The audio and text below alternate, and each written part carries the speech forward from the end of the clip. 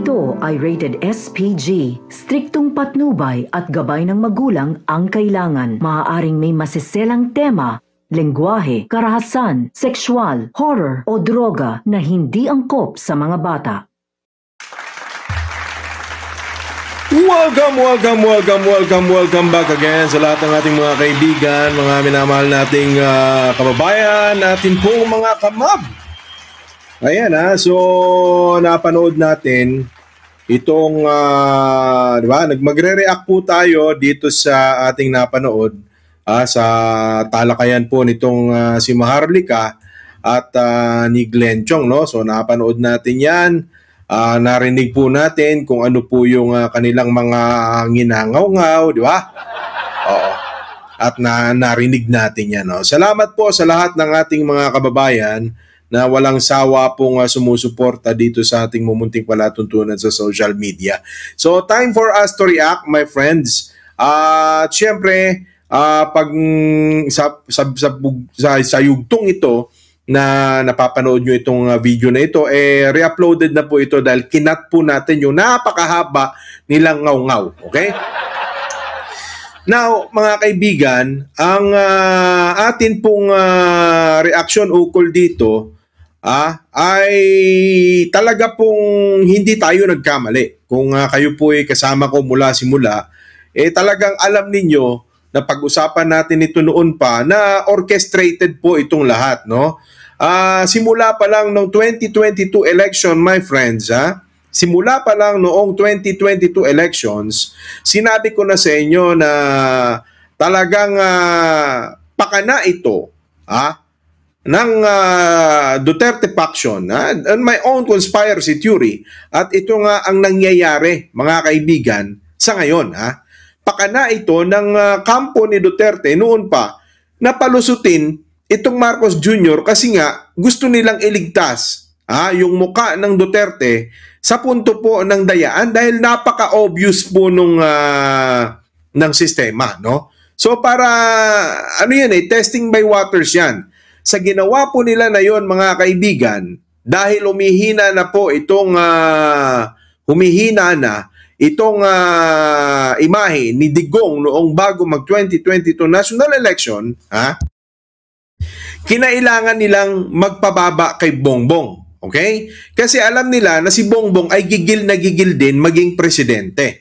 So, in my own opinion, mga kaibigan, kapag hindi nila binagbigyan si Bongbong, mayayari sila itong Duterte. Kasi ang tao na kay itong si Bongbong, may loyalista yan. At may sarili ding troll farm kung yun yung sinasabi nila. Diba? Itong sila Maharlika, diba?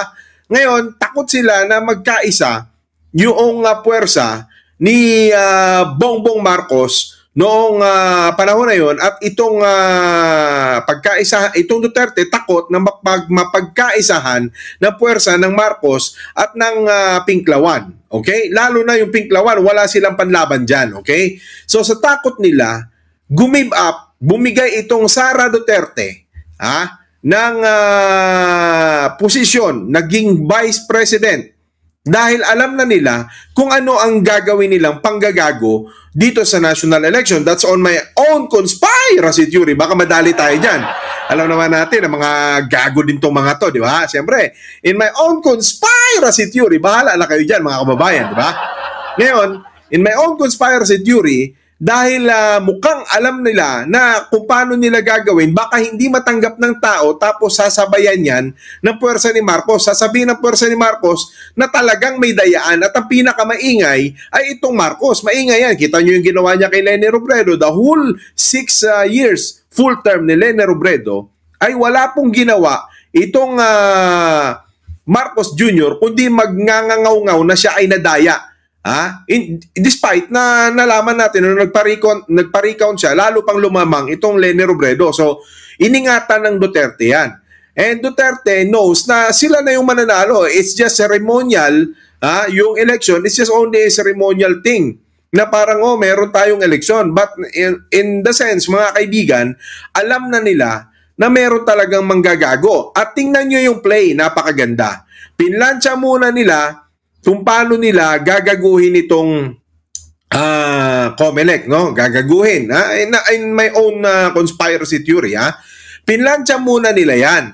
Now, nung naplansya na nila yung COMELEC, naghugas kamay itong Duterte by appointing the lawyer of Bongbong Marcos, which happened na si Jorge Garcia. Napakaganda, di ba? Napakalinis ng galawang sindikato, mga kaibigan. Di ba? My own conspiracy theory. Napakalupit ng galawang sindikato, mga kaibigan. So, nangyari dito, mga kaibigan, pinasok nila si Jorge Garcia, nilinis nila, naghugas kamay na sila. And binantsahan nila ang kamay ni Jorge Garcia, holding on to the fact na, di ba, yung nagbabakasakali sila na itong mga pinklawan ay talaga ang makikita natin, ang may kasalanan ng lahat ng pandaraya ay si Jorge Garcia. Di ba? Marcos talaga ang gusto nilang ituro, pero parehas silang dupang, parehas silang madugas, mga kaibigan, di ba? Parehas nilang gustong mandugas kasi parehas silang hindi mananalo kay Lene Robredo. Okay? So, pinlansya muna nila on Duterte's level, pinlansya na nila yung pandurugas. Okay? Planchado na. Then, inappoint ni Duterte bago siya mawala, inappoint na niya, pero planchado na yon. Si Jorge Garcia, para siya ang pagbintangan. Para Marcos lang ang pagbintangan. Di ba? Now, ito ngayon yung siste. Di ba noong eleksyon, Maharlika, si Glenn Chong, mga Marcos to, di ba? BBM Leni yan. BBM Leni tuloy. BBM Dutae yan, di ba? BBM Sara yan, di ba? Ngayon, bottom line, mga kaibigan, dahil BBM Sara sila, lahat ginawa nila ngayon ng propaganda, di ba? Lahat ginawa nila para mapakita rin nila na nagkakaisa sila. Pero at the end of the day, tama yung mga hinagap natin na talagang tatraidorin itong si Marcos Jr. Si Kuting ng Norte na sinasabi ni Maharlika, talaga ano lang yan, props lang yan. Kasi ang totoong takot nitong mga Duterte, yung galit ng taong bayan. Di ba? Yun yung totoong takot nitong Duterte. Ang takot niya, yung galit noong mga pinklawan. Yan ang galit na kinakatakutan ng Duterte. So isinalang niya ngayon itong Marcos, na meron pong mga kaibigan, mga diehard na mga bobong loyalista. So, ngayon mga kaibigan, gusto nilang isabak na kumbaga makipagpatayan yung mga trolyalista. Kinuha nila loob ng mga trolyalista para protektahan itong Sara Dutae. Ang daming bobo. Di ba? Maraming bobo yung mga Marcos supporter, maraming napakabobo sobra yan Di ba? Ngayon, ito ngayon ang siste. Gusto nila ngayon, mga kaibigan, protektado na. Ito na ngayon yung play na sinasabi ko sa inyo noon pang bago mag-2022 national election. Talagang i-expel nila, gusto nilang puwersahin ngayon dahil hindi nila magawa, mga kaibigan, nahihirapan sila kasi nagkapangyarihan si Bongbong na which is hindi natin masabi kung hanggang kailan yan, di ba? Dahil talagang noong 2022 national election, nalaman na natin, mga kaibigan, na talagang may something na, di ba? Oo, talagang balak na nila na patalsikin itong Marcos Jr. Kaya itong Romualdez Marcos, inunahan ngayon nila itong mga Duterte by means of demoting Gloria Macapagal Arroyo. Now, itong Gloria Macapagal Arroyo, hindi mo naman alam kung nakanino din ang loyalty niyan. Kasi mga kaibigan, alam nila na madman itong si Digong. And talagang, di ba? Talagang iniisip nila na mahirap kontrolin ang utak ni Duterte kasi nga, di ba? May saltik nga, may sayad.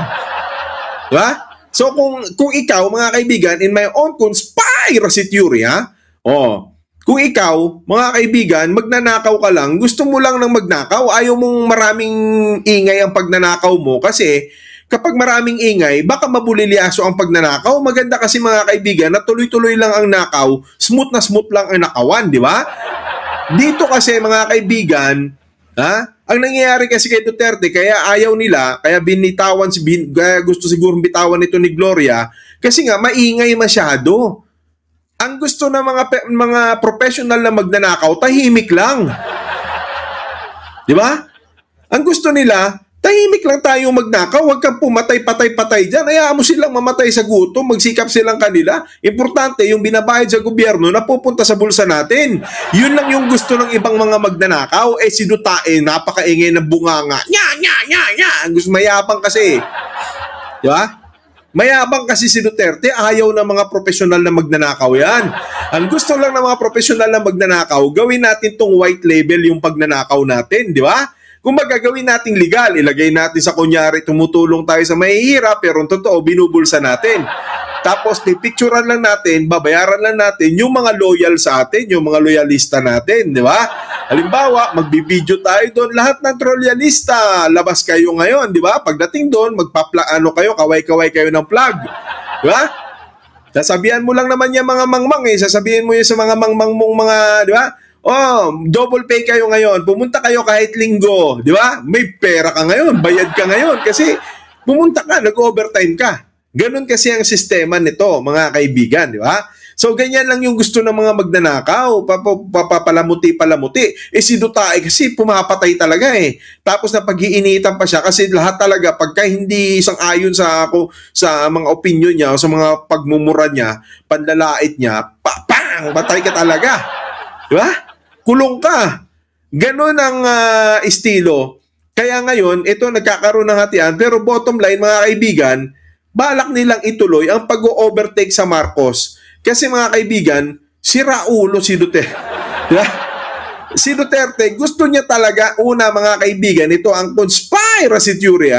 Kaya ngayon, nagsasalawahan itong, sabihin na natin si Aling Maliit, hindi natin alam yan kasi doble cara yan, double face yan, double blade yan, my friends.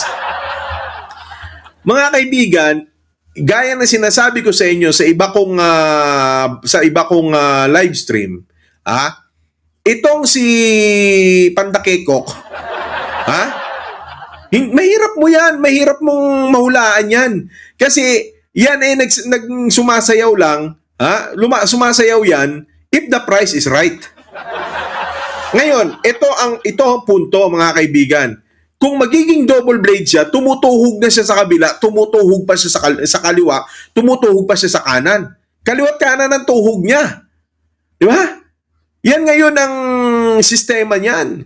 So, bottom line, bakit ngayon ito, ito kasi si Pandakekok, wala naman siyang pakialam kahit sinong manalo diyan Kasi parehas yan siyang susuyuin because both parties know the power of the little lady. Di ba?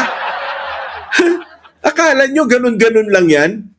Iba ang power niyan, tahimik lang sa lahat yan, di ba? Pero baka bukas makalawa, ma-expel pa tong dalawang Marcos Dutae na to, balik ngayon yung Pandakekok, yari kayo. Di ba? Iba ito, mga kaibigan, di ba? O ngayon, bottom line bottom line. Itong Duterte, mga kaibigan, gusto niya talagang matanggal itong Marcos. Why?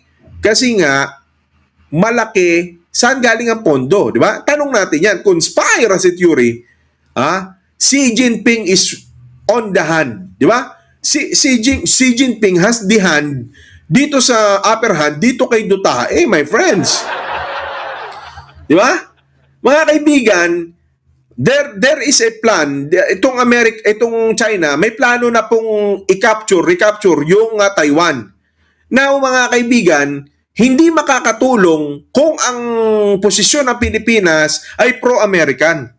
So, kaya nag-all out na si Duterte ngayon kasi matindi na yung pressure sa kanya. Conspiracy theory, matindi na yung pressure sa kanya ngayon ng Xi Jinping.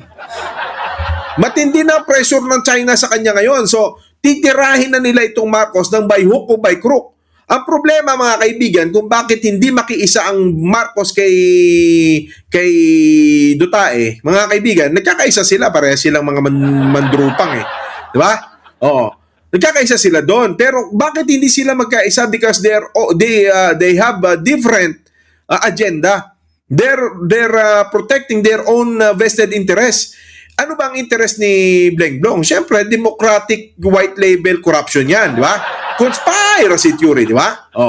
Ngayon mga kaibigan, syempre, kung totoong yung mga last will and testament ni Apo Buray na nakakalat dyan sa Switzerland, sa iba't ibang bansa, di ba? Kung totoo yan mga kaibigan, dapat niya itong mabawi legally. Kung kakalabanin mo si Uncle Sam, mga kaibigan, paano mo mababawi yan?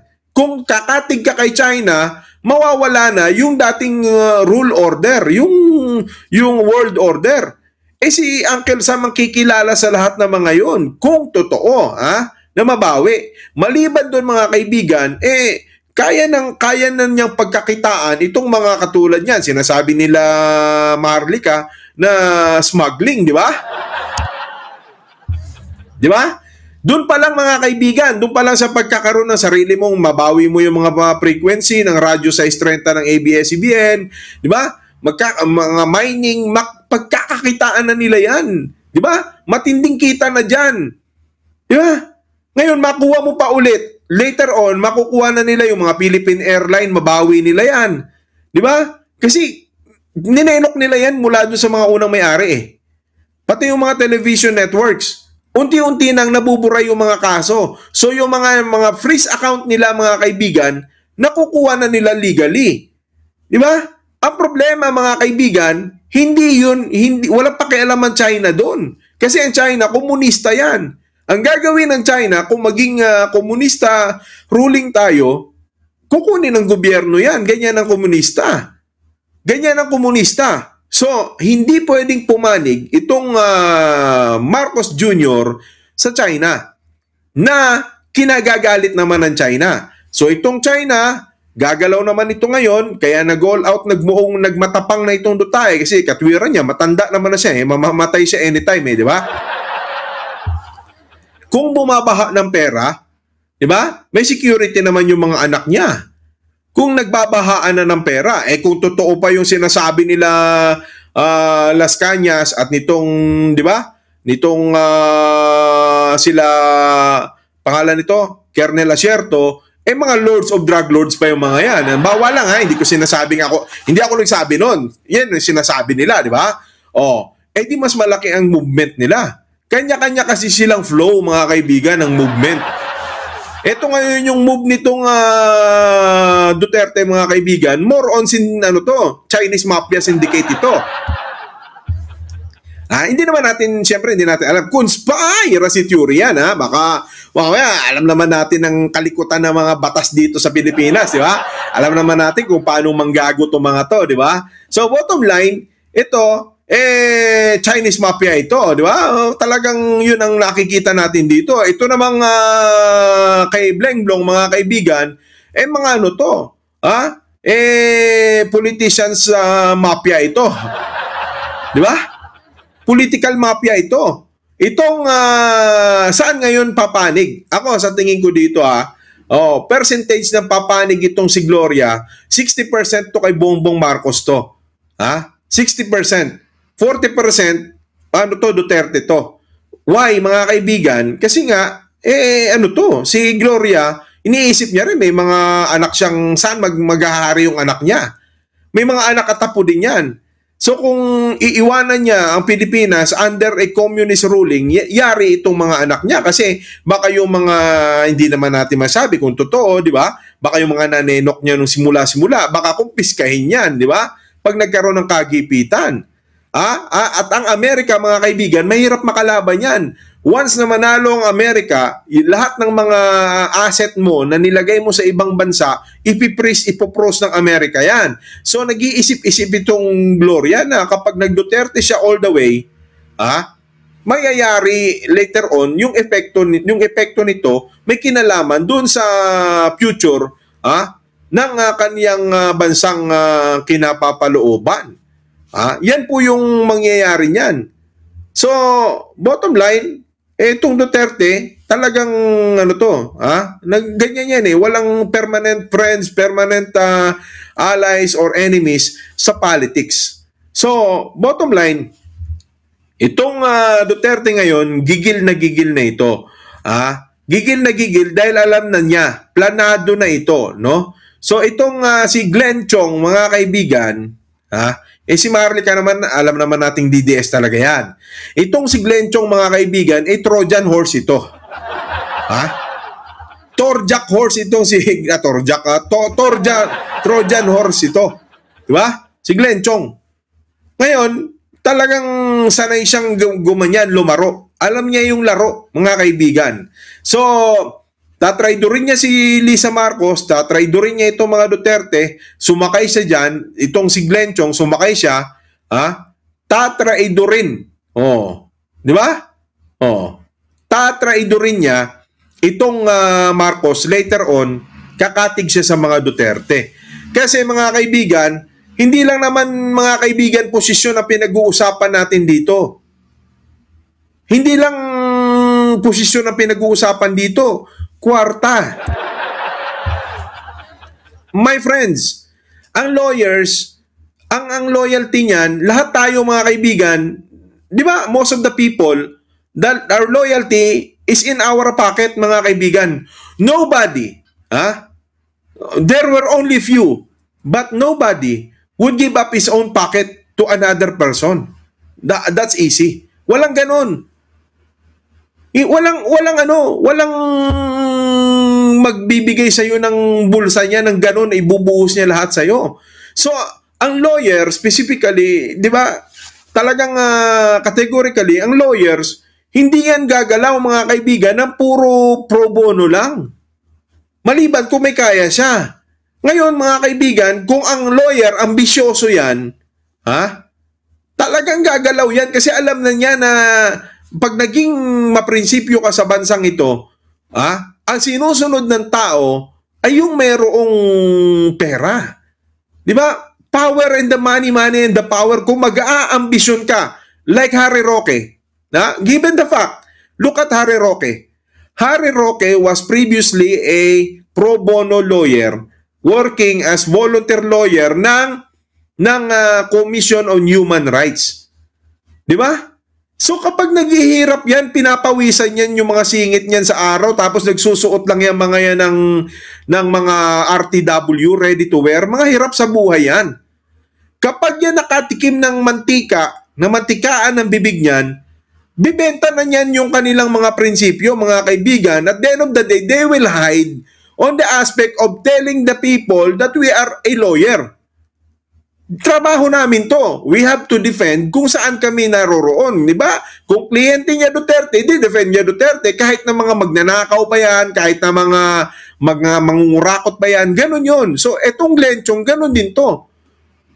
Kung may mga nakikita nitong mga abogado na to, na itong mga politicians na to, mga dupang to, and you cannot beat them. And if you cannot beat them, join them. Di ba? You cannot beat them eh. So ano ngayon gagawin mo? Di join them.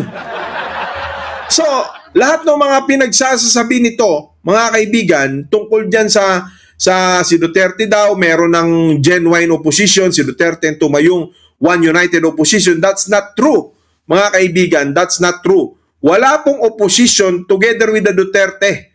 The only figure there is the DDS itself.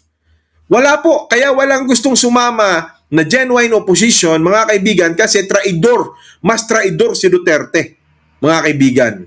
Di ba?